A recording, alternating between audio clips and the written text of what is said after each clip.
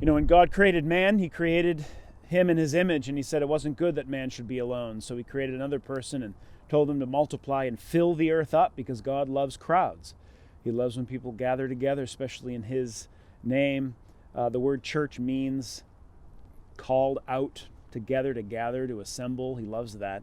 But sometimes you see God's people in solitude as individuals, or as families. We see that in multiple places, like Moses, in response to the idolatry of God's people.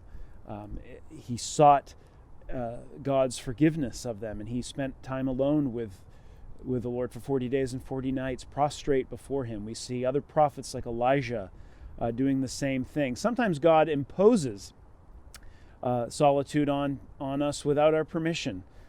Think of Jonah, who was not on the path God had for him. So to get his attention, God imposed isolation on him.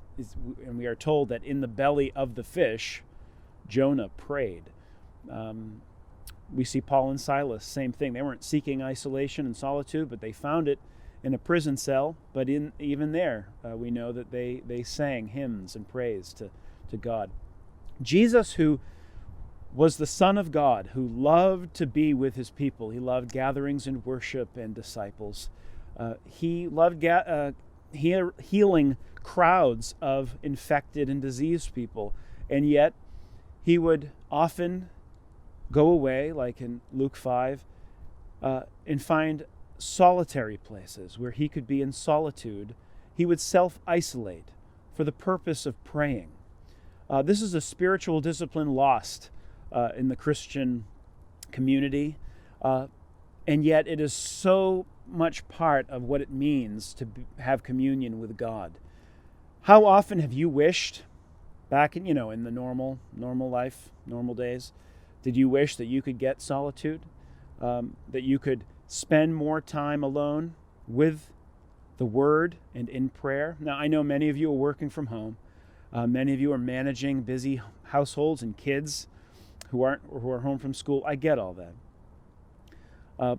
But the time that you have redeemed, no events, no meetings, no commutes, don't look back at this time when all this clears up and say, man, how come I didn't take advantage of that time to fill up my hours with prayer, with silence and reading of the Word, with worship.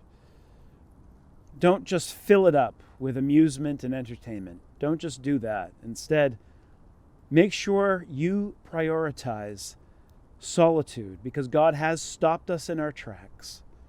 Be still and know that He is God.